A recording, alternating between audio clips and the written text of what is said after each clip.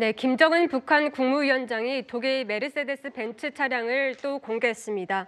지금 벤츠 최고급 SUV 차량에서 내리는 모습이 포착이 됐는데요. 구정차장님, 네, 지금 이 차량은 처음으로 공개된 거죠? 그렇습니다. 지금까지는 그 벤츠 이 마이바흐 승용차를 이용을 했었는데 네. 이번에 공개된 영상을 보면 이 같은 그 메르세데스 벤츠 마이바흐이긴 합니다만 네. SUV라는 걸 알 수가 있습니다. 그런데 이제 저 자동차가 논란이 되고 있는 것은 이 북한은 지금 유엔 대북 제재에 해당이 되고 있기 때문에 독일에서 생산된 자동차가 북한으로 이게 수입이 될 수 없는 상황입니다. 네. 그러니까 직접 벤츠가 팔았을 가능성은 없는데 네. 어떻게 북한 김정은이 저 신형 모델을 타고 나타날 수가 있느냐. 네. 그 과정에 북한을 도와주는 조력자가 있는 거 아니냐. 네. 이렇기 때문에 지금 논란이 되고 있습니다. 네, 지금 제3자를 통해서 쉽게 말하면 중고차 판매했을 가능성도 얘기가 나오는 것 같습니다. 김정은이 중고차를 탔을 가능성은 높지 않고요. 네. 그러니까 누군가 매개자가 있지 않은가. 그러니까 그 벤츠를 합법적으로 수입을 한 사람이 뭐 그 합법적으로 수출을 북한에 할 수가 없으니까 밀수라든지 아니면 다른 방식으로 네. 우회적인 방식으로 북한에 저 벤츠를 보내지 않았을까. 그러니까 협력자가 누구냐. 도대체 북한 김정은 정권을 도와주고 있는 제3세력의 협력자, 조력자가 누구냐. 이것에 대한 지금 관심이 높아지고 있기 때문에 이 벤츠 SUV가 불러일으킨 뭐 소용돌이가 네. 여러 국가, 여러 사람에게 미칠 가능성이 굉장히 큰 상황입니다. 네, 지금 최근 한 달여간 공식 석상에서 공개된 기 위원장의 전용 벤츠만 최소 3대란 얘기가 나오고 있습니다. 서정희 변호사님, 왜 이렇게 복잡한 흔적을 통해서 고가 차량을 반입하는 걸까요? 저는 이제 이걸 완전히 공개를 하고 있잖아요. 네. 이 말은 이제 그 유엔의 대북 제재를 완전히 농락하고 우롱하는 겁니다. 네. 이게 심각해요. 지금 이제 그 대북 제재가 너무 이게 느슨하고 구멍이 많아요. 네. 실제 그 전 정권 뭐 문재인 정부 때도 여러 논란이 석탄이나 네. 있었지 않습니까?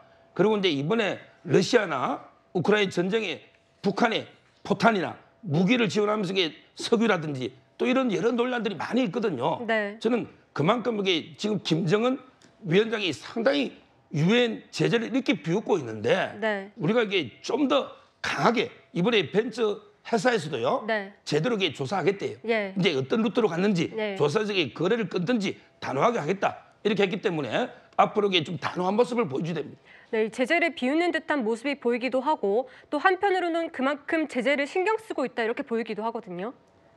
제재를 이렇게 신경 쓰면 이렇게 공개하면서 우롱하겠습니까? 네. 물론 이제 그 제재가 아프긴 아플 거예요. 네. 여러 가지 이제 그 석유라든지 여러 가지가 있는데 그래도 이게 지금 계속 공개하는 거 저는 제재를 비웃는 거 완전히 우롱하는 걸로 보는 게 맞지 않나 이렇게 봅니다. 네, 장현주 변호사님 말씀하신 대로 이제 정부가 여기에 대해서 조사를 한다고 하는데 네. 우리 정부와 벤츠가 여기 대북 제재의 그 구멍을 좀 찾아낼 수 있을 거라고 보십니까? 사실 이제 이 부분에 대해서는 당연히 뭐 벤츠 그룹 내에서도 조사를 할 것이고 이제 정부도 나서겠다는 입장이지만 이 대북 제재를 위반하고 있는 부분이기 때문에 또 철저한 조사가 필요한 것은 분명해 보입니다.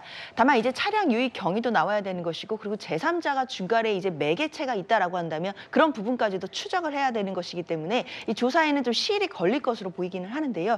특히 중요한 건 이미 일단 대북 제재 자체가 장기화가 되면서 이제 이런 방식 그러니까 제재를 우회하는 여러 교묘한 방법들이 동원되고 있지 않느냐라는 것이 전문가들의 입장입니다. 그렇기 때문에 단순히 이 대북 제재를 위반하는 것에 그쳐서 그것들을 교묘하게 우회하는 수단으로 어떤 것들이 있는지에 대해서 이 벤츠 차량 뿐만 아니라 다른 모든 사치품 또는 이제 더 넓게는 대북 제재를 위반하는 모든 조치들에 대해서 전방위적인 조사와 그리고 경위 파악이 필요해 보입니다.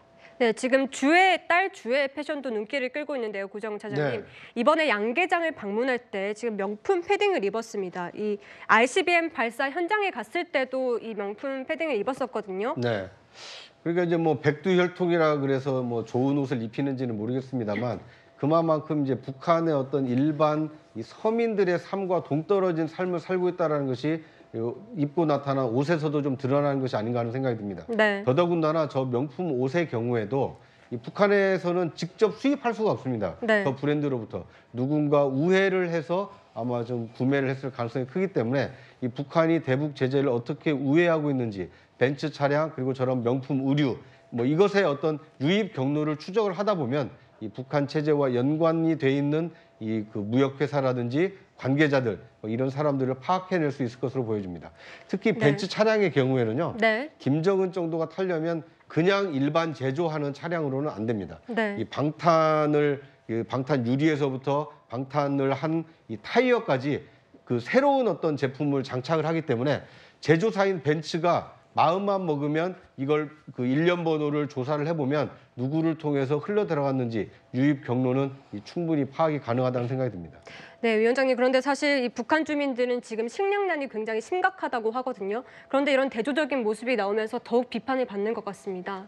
맞습니다. 지금 북한 주민들이 엄청 기아에 허덕이고 있다는 보도가 벌써 몇 년 전부터 많이 나왔는데 네. 이런 것에 전혀 아랑치 않고 김정은 일가가 이런 사치품을 가지고 호화스러운 생활을 한다는 것을 알면 얼마나 북한 주민들이 참담하겠습니까? 네. 근데 과거에 김정일 위원장 같은 경우는 확실히 그 유학파가 아니라서 그런지 어떤 고급 일식 그리고 캐비어를 되게 좋아했다고 해요. 네. 그래서 그것을 공수하는데 어려웠는데 이제 김정은 같은 경우는 나이가 젊고 또 해외 유학을 하다 보니까 어떤 벤츠라든지 스위스 시계라든지 이런 프랑스 명품에 대해서 어떤 부친보다 훨씬 더 신경을 쓰는 모습을 보이는 것 같아요.